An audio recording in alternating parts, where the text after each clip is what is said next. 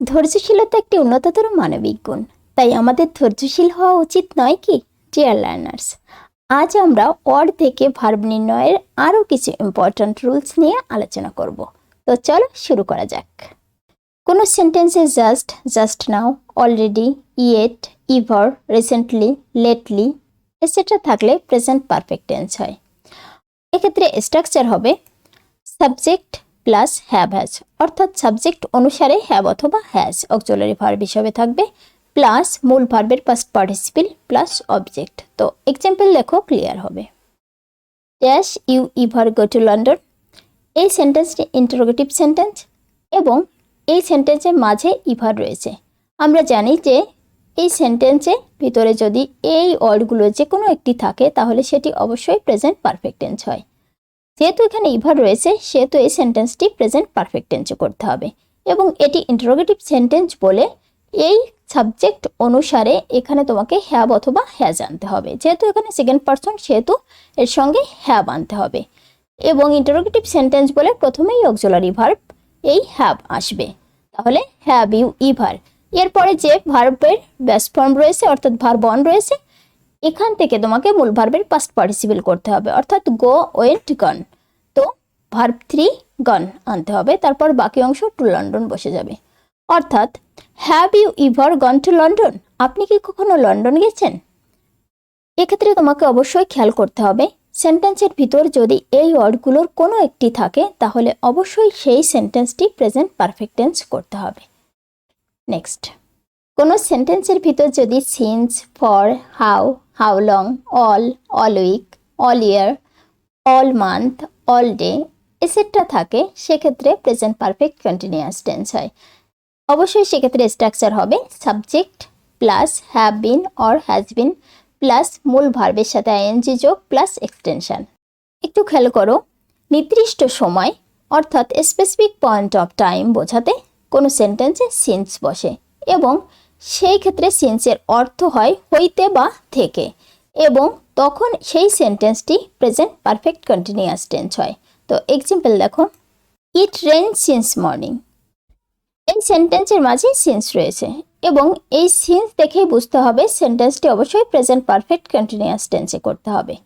অর্থাৎ এখানে ইট রয়েছে সাবজেক্ট, যেহেতু ইট সাবজেক্ট সেহেতু এখানে ইটের সঙ্গে হ্যাজ বিন যায় এবং এরপর রেইন মূল ভার্বের বেস ফর্মের সঙ্গে আইএনজি যুক্ত করতে হবে, অর্থাৎ raining. It has been raining since morning, সকাল হইতে বৃষ্টি হইতেছে। নেক্সট, সেম রুল দিয়ে আরও একটি এক্সাম্পল দেখা যাক। অনির্দিষ্ট সময় অর্থাৎ duration of time or period of time বোঝাতে কোনো সেন্টেন্সে ফর ব্যবহৃত হয় এবং এই ফরের অর্থ তখন জন্য বা ধরে বা ধরিয়া এরকম বোঝাতে এই ফর ব্যবহৃত হয় এবং এই ফর যখন কোনো সেন্টেন্সের মাঝে থাকে তখন কিন্তু সেই সেন্টেন্সটি প্রেজেন্ট পারফেক্ট কন্টিনিউয়াস টেন্স হয়। তো এক্সাম্পল দেখো, I read books for 2 hours, এই সেন্টেন্সটির মাঝে ফর রয়েছে। যেহেতু ফর রয়েছে সেহেতু এখানে সাবজেক্ট অনুসারে হ্যাভ বিন অথবা হ্যাজ বিন আনতে হবে। যেহেতু এখানে ফার্স্ট পারসন সেহেতু এখানে আমরা হ্যাভ বিন ব্যবহার করব এবং এর পরে যে ভার্ব অন রয়েছে তার সঙ্গে আইএনজি যুক্ত করব। অর্থাৎ I have been reading books for 2 hours, আমি 2 ঘন্টা ধরে বই পড়তেছি।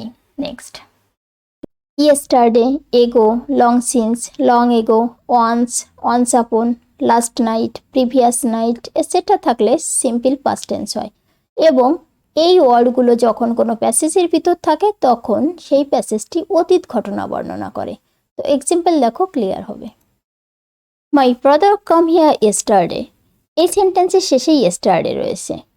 যেহেতু ইয়েস্টারডে রয়েছে সেহেতু সেন্টেন্সটি সিম্পল পাস্ট টেন্সে করতে হবে, অর্থাৎ এখানে যে ভার্বটি রয়েছে সেটি ভার্ব টু করতে হবে, অর্থাৎ মূল ভার্বের ফার্স্ট ফর্ম করতে হবে।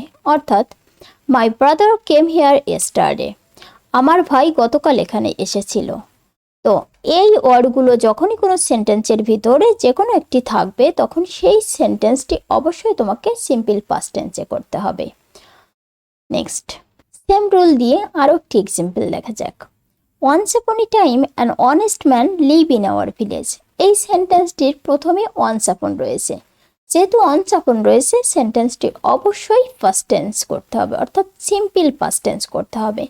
এবং এখানে যে ভার্বটি ব্যবহার করতে হবে সেটি অবশ্যই মূল ভার্বের ফার্স্ট ফর্ম হবে, অর্থাৎ once upon a time an honest man lived in our village. এখানে ওয়ান্স আপন থাকায় এখানে যে মূল ভার্ব সেটি মূল ভার্বের ফার্স্ট ফর্ম ব্যবহার করা হয়েছে।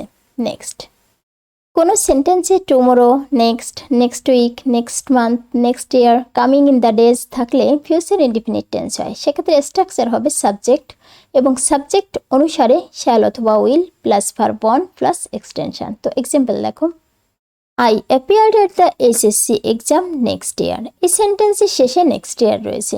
যেহেতু সেন্টেন্সের শেষে নেক্সট ইয়ার রয়েছে সেহেতু এই সেন্টেন্সটি ফিউচার ইনডিফিনিট টেন্সে করতে হবে, অর্থাৎ এখানে সাবজেক্ট অনুসারে শ্যাল অথবা উইল আনতে হবে এবং এরপর মূল ভার্বের প্রেজেন্ট ফর্ম আনতে হবে, অর্থাৎ I shall appear at the HSC exam next year.